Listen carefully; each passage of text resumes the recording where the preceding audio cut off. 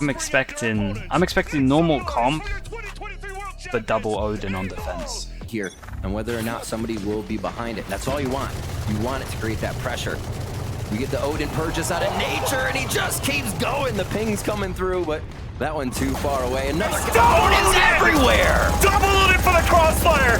Fnatic, Loud, and NRG.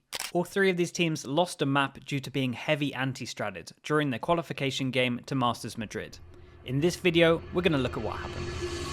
We're going to start off with EG against Loud, and Loud are on Ascent and they're running a Phoenix, Breach, KO, Omen, Viper comp. So we used to do an exercise in Liquid where we would look at a new comp when we were in the loading screen and be like, what are its weaknesses? What does it struggle at doing? So let's apply that to this, right?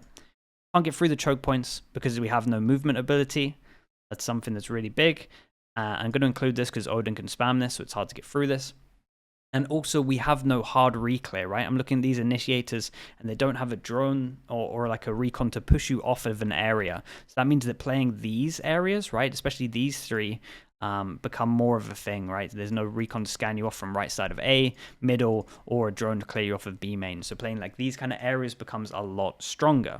Also, going into the fact that we can't get through choke points, that means that a Cypher is really strong, especially when this comp struggles to break a Cypher trip. With that being said, let's get into the pistol, and the good thing about EG is they switched up the Killjoy to a Cypher. Like we said earlier, these trips are hard to break, especially when you don't have the prep, right? I know we have util to break it, but if we kind of switch it up and we don't have the prep, it can be a little bit harder on the fly to work out where these trips are going to be.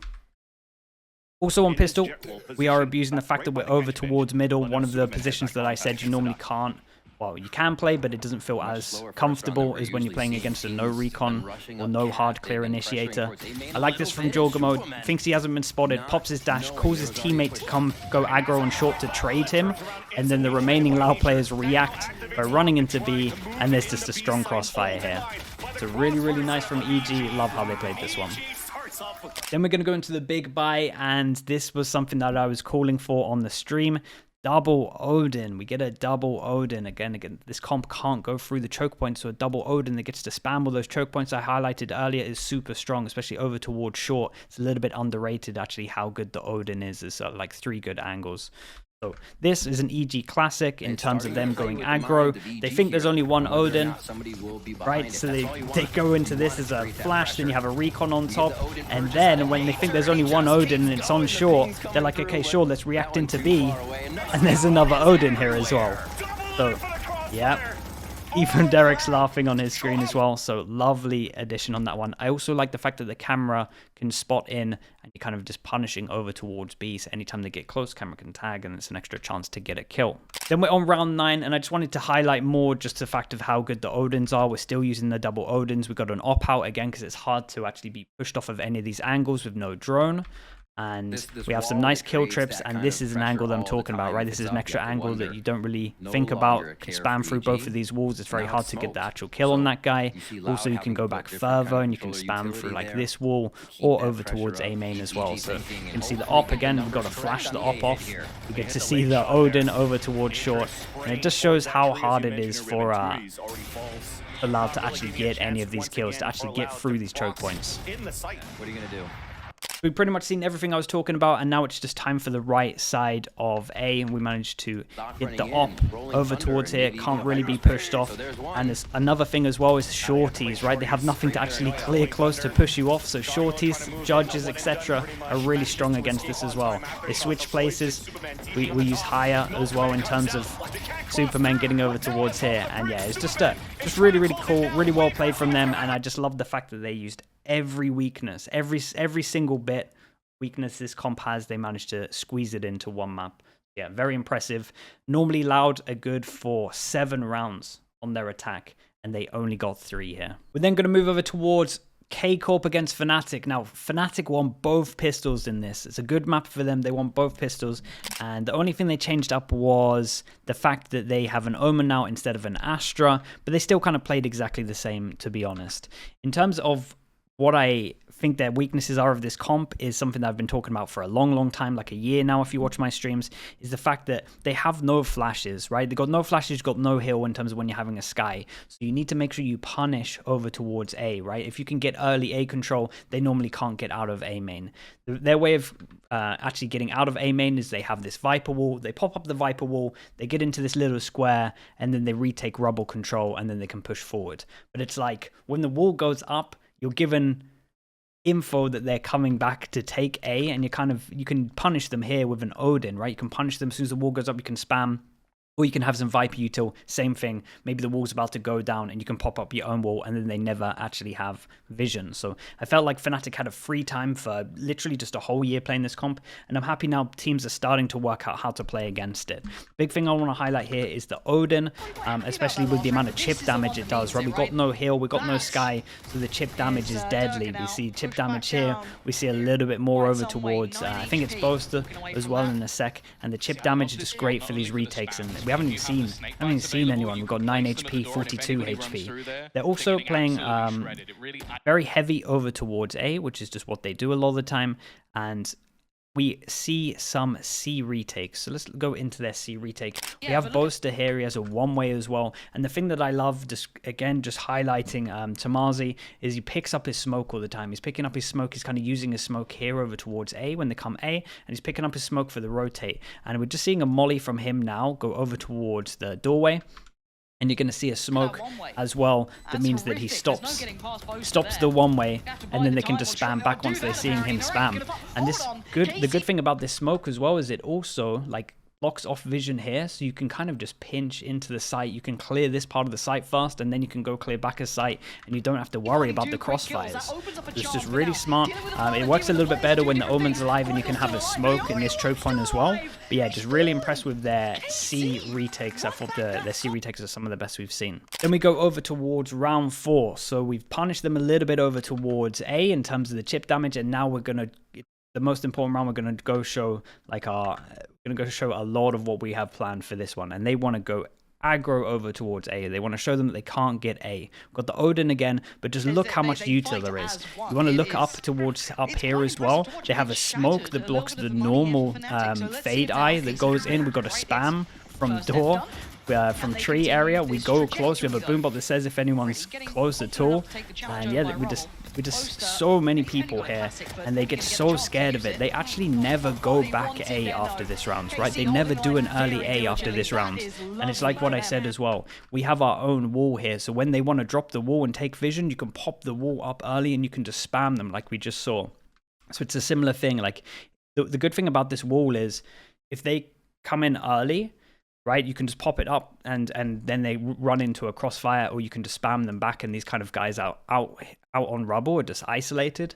Or late round, they pop up their wall to take back A control. When their wall's about to go down, you can then just pop up your wall, and then they don't have the timing of actually just like taking the jewel over towards rubble. So it's like a multi-purpose wall. It's really smart. And I think Eng said that actually Magnum came up with this one. So yeah, I really like the idea of this. It does mean that B is weaker, but they only use it this one round to like punish them, to condition them to not being able to take A, and then Fnatic never take A again, so they're not punishing the fact that the wall isn't here. And then it's just there for the retakes on B. So I just loved this from Kickoff. I thought this was so smart. Another example is their retakes as well. And this was more just not anti, this was more just me being impressed with the team, especially Martin here. He has just a normal gun, but he double satchels in with a shorty, and he keeps doing this to get kills. And then they just realize as well the fact that the ult kind of leaks out so heavy over towards Waterfall that they saw early, that they know that there's a safety net to the back of site. So they all kind of tunnel towards the back of site to get out there. So they kind of clear that area first, and then they manage to clean up everyone. So I just thought that their way of handling these situations, and Eng again said that in an interview they practice kind of like weird situations like this, where it'd be like a 2-on-3 or like retaking with multiple people, and they're just kind of working out the best way of how to handle them. So like Viper ult heavy over towards Waterfall, what does that mean? It means that the Viper ult has a hole at the back, so we double satchel, try and get close, and then everyone just funnels with that pathing and just goes behind them. So yeah, I just thought this was a well handled situation from them. Then once they have actually taken A control, this was late A control, not early A control from Fnatic, they had to deal with this. Again, it's the Odin. We've had a bit of chip damage, which actually was from a Razor earlier. But look how strong this is. This is the smoke that I'm talking about. He saves his smoke the whole time. He has a molly here, so they can't get through. He then runs back. He then puts a smoke down. He then has another molly and an Odin. Like, you cannot go through this. And again, we're using the backup Viper wall, so we're able to retake over towards B because they haven't pushed out A early again. We didn't need to repunish them. And I just thought it was just so good. We get this kill here. We try and spam them going through as well. And it was just a great example of both of these, right? Both of the K-Corp and the EG game are just a great example of how good the Odin is right now and how good it is, especially on Ascent and especially on this map now when you're playing this comp and you just want to do a little bit of chip damage when there's no heal. They also won this map, lost both pistols. Fnatic have a record of 15 out of 16 wins on this map, and they normally average 8 rounds on attack, and they only got 4. And last, we have Sentinels. Also, I've been doing more YouTube content, so if you like it, please subscribe below. But let's get on with this. Sunset Sentinels against NRG. They lose double pistol, and they still get it to overtime. So I thought this was something that was really cool. Just a little thing that I noticed. Not as hard anti as the other, but just something that they've definitely used to their advantage. So NRG, let me just run this. NRG like to play retake on one and they fight heavy on the other, right? So they like to kind of leave a site for retake and then they fight on the other site. And Sentinels know this, and a lot of the time they tried to find out where Jet was, and then they knew that that would be the fighting site, and then they could go over towards the other site and play after plant. And this is what I want to highlight. TenZ, right? TenZ is saving his Omen Flash all the time in these afterplants. They know they like to heavy play retake, so they're not using as much util to get into the site. And then they have the hard shutdown in terms of TenZ's Omen Flash. We're going to see a perfect example here.